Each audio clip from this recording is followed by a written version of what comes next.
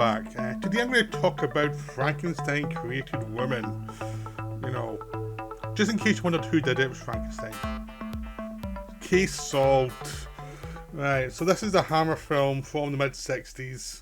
I think it's 66 or 67. It was the middle of the run of Frankenstein movies. And one of the things about Frankenstein vs. Dracula movies for Hammer is, I think the Dracula movies had higher peaks but lower valleys, while the Frankenstein movies tended to be consistently good. You know, even Horror Frankenstein, which was the reboot in the 70s, was more of a comedy. It's still pretty entertaining. It's still a lot better than some of the kind of later vampire movies, like Lust for a Vampire and things like that, which had the same director as Horror Frankenstein. But, you know, Dracula had Scars of Dracula, so there's quite a few dodgy Dracula movies, but even the worst Frankenstein movie, I think, was pretty watchable in comparison. I mean, to be honest, I'm a sucker for all of these movies.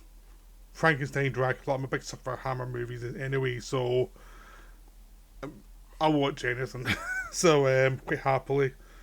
I mean, basically, this is from Shout Factory, Scream Factory.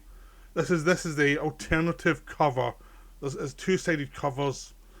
You get a normal one they had when you buy it, but I preferred the inside one. It was much more of an enjoyable, bizarre cover. And this might be my favourite of the Frankenstein movies. You know, I really like Revenge of Frankenstein as well. And Frankenstein Must Be Destroyed, which follows on from this, is excellent. And I also really like Frankenstein the Monster from Hell. So those are like my four I really like from this series. But this one's probably my favourite. Even though it's not the most well regarded one, I think for people who like the weird Frankenstein movies, this one delivers. It's a nice, you get commentaries in this set, you get some interviews with different people, the making of it, people are camera loader and one of the actors. You get commentary with the actor plus David Forbes, another actor from the film, who some of you will know from Yes Minister. So it's a nice package, but also the film has been remastered nicely. It looks wonderful. I managed to watch it on my projector to get the full kind of screen experience, and it really works. It's always been one of those ones that just delivered, and it has confidence even in its weirdest ideas and just pushes through and says, this is what we're going with, tough. And also it does things that other movies don't do. So because it's a film that was made before I was even born, I'm not so worried with spoilers. Right. This film kills off its male lead a third of the way through and then puts his soul into the body of his beloved. So the lovers end up in the same body and go mad. You don't get that in most movies. You just don't. It's wonderfully insane. So I'll get to the main point first, right? So Frankenstein in this movie, and it's following on from Evil of Frankenstein, which was a co-production with Universal. In this one, Frankenstein is dealing with the fact his hands have been burnt, and he can't really use them anymore. So he has to rely on a local doctor to do his experiments, and he's experimenting with the idea of the soul. Like to him, the conscious. At the beginning of the film, he frees himself for an hour and then he's revived. But his opinion, his soul is still in his body. So what does that mean about the soul? Can you extract the soul from the body? Nowadays, science would have another explanation for that kind of thing. But at the time, this is what they were going for. And it works because it's a supernatural elements to the film. It's because it's Hammer, they can have science and supernatural going side by side, and you just buy it. It's not a problem for them. So you just go with it. So basically, he's interested in the soul, the idea of what the soul is. And at this point, he's now using his own name again, Baron Frankenstein. Like, it varies from film to film whether he can use his name or not, if he's in hiding or if he's not. But this one he's using his name. People know that he likes bizarre experiments, so people are not exactly trustworthy of him, which makes sense since all he's done so far is create all these monsters that have gone haywire. And like any mad scientist, he's interested in the process. He's not interested in what happens to the monster after he's created him. It's like, yeah, fend for yourself. I don't care. I was just creating you to figure this thing out, this problem out. You're surplus to requirements once it's been created. Now stop whining about it. He's that kind of creator, you know. Well, not very touchy-feely is the best way to put it. And,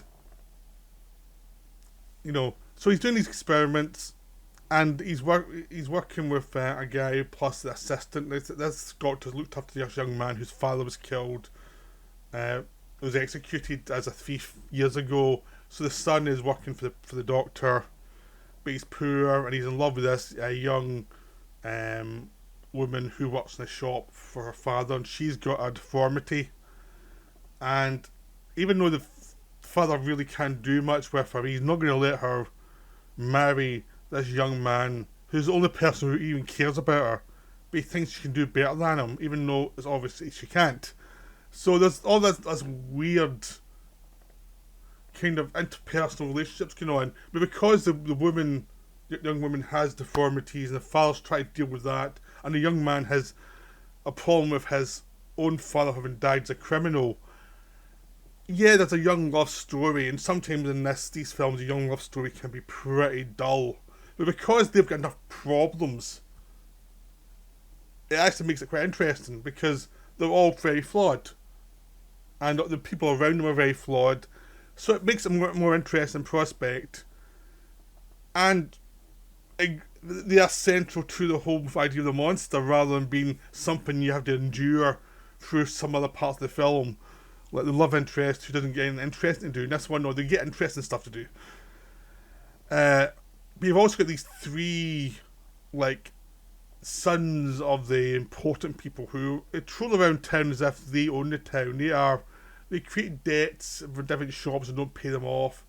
They've all the best clothes. They are not above attacking people. They are basically, you know, horrible, horrible people in every possible way. You know, they are not above anything. You know, so they're the villains. They're the ones you're looking at thinking, okay, you three better die by the end of this film. And Frankenstein, the first half of the film, is kind of a side character. He's observing all the tensions, but he doesn't care. He likes the young man who's one of his assistants, and so he, you know, has some affection for him, but ultimately doesn't care that much. He's more interested in his work than any people in any of their dramas. But the dramas become of interest to him when they can help him out, because the young woman is sent away to get some tests done, and she's been through these for years and nothing's ever happened. So while she's away, her father was attacked by the three young thugs because he stands up to them, and they end up beating him to death. They didn't mean to. They were trying to beat him up like they normally would, but they go too far and they run away. But the young man, because his father was a criminal and his coat was in the location where the murder took place, is framed for the murder, and he ends up going to trial for the murder and is executed. So halfway through the film, your romantic lead has been, his head's been cut off. That's pretty unusual for a film like this. Then the Baron Frankenstein deals with his grief for the young man for a whole half a second, you know. And then, you know, they get people to give him the body for an hour so that he can extract the soul from the body. At the same time, the young woman has come back and witnessed the death, and she commits suicide. They find that body, they steal that body, bring it back to life, and Frankenstein, even though he's figured it out ages ago that this young girl has a tumour, if he just rid of the tumour, her deformities will be fine. He couldn't tell anybody that, because why wouldn't he try and be helpful? Because Frankenstein doesn't care. in this film. But he solves that issue and then transfers the soul of the young man into the woman, which creates a really interesting setup. It's like, and Frankenstein isn't really interested in the idea of a male soul into a female body, and a vengeful soul, and how it drives her mad. And yeah, she's going to go and get vengeance on these three guys who killed her father and who caused the death of her loved one, all using the soul of her loved one. So the second half is her getting revenge on these three guys, and they all deserve it, and they all get killed in different ways, and it's really enjoyable to watch. But it's also the idea that the town's kind of used to Frankenstein, and the fact that if something weird's going on, it's probably his fault. And he has to act fast when he realises the gig's up really fast, and he also has to deal with the situation he has created. But that's the plot. But the interesting thing is just the atmosphere of the film. Terrence Fisher came back to direct this one. He didn't do the one before. Freddie Francis did it, the Universal one. But he did all the other Frankenstein movies apart from Evil Frankenstein and Horror Frankenstein, which are the two weakest Frankenstein movies. He did not direct, but all the really good, all the better ones he directed. He had a feel for the material, he understood it. He understood how far he could go and how far you have to pull back and how to deal with the atmosphere, how much gore you can put on it, how much you should suggest.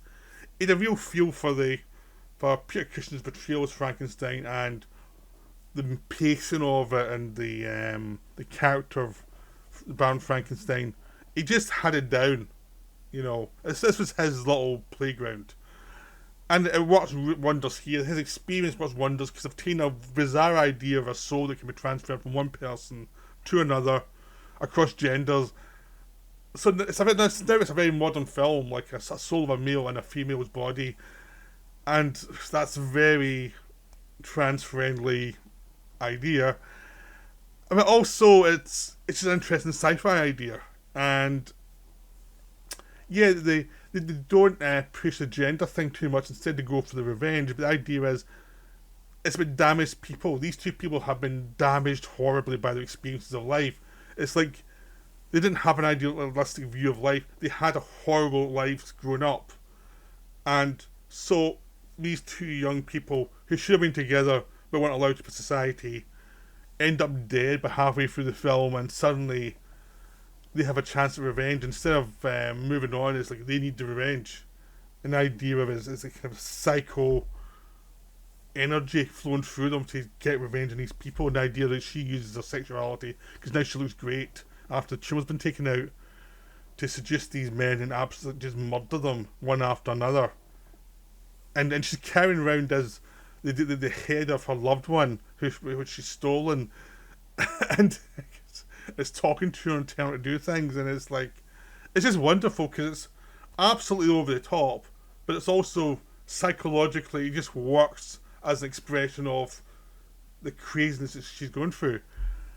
And it's just that, of course, Baron Frankenstein could not care less until it impacted him. He just lets her go and do her thing until he realises she's killing people. It's like, oh, this could come back and haunt me. Oh, I better deal with this.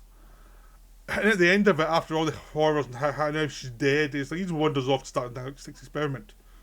He doesn't care that much. Doesn't really bother him, all these dead people, which is part of the fun of these films. Is Baron Frankenstein is a complete psycho. He's just interested in his work. That's it. That's all he's interested in, his work. So that's a wonderful film. This is just great. Just the performances are the right side of knowing without going into camp. Like Peter Cushing is great. Thornley Waters, who plays the doctor, who isn't as smart as Frankenstein, but who has more of a soul to him. He's wonderful. The two young leads, they're enjoyable in the parts. The villains are great. Even the father of the woman who's trying to help her but doesn't understand that she's in love with this young man, even he's understandable in the circumstances. So everyone makes sense, and it just works. This film just works.